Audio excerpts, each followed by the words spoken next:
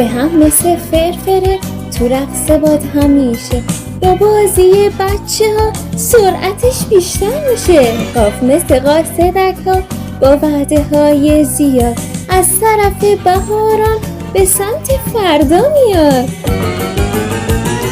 که مثل چی کبوتر نامه بر پیاما رو میگیره، پر میزنه به هر سر. که مثل گرگ بدجنس که تو کمین نشسته، برای بزغاله که شده حسابی خسته.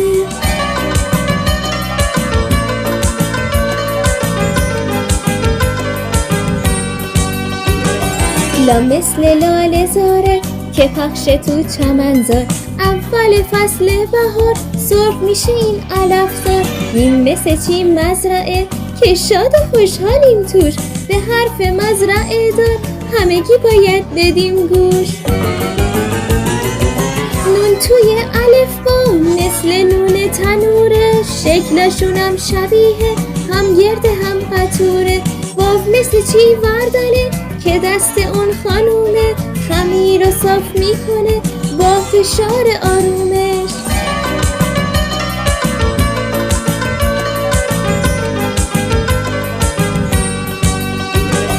که هسته میوه ها که تو زمین خاک میشه، وقتی درخش بدن هوامونم پاک میشه.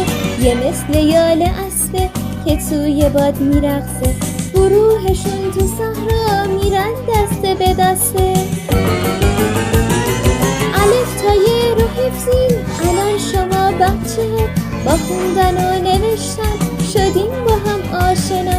بچه ها جون تموم شد کلاس امروز ما، همه‌شو یاد گرفتیم.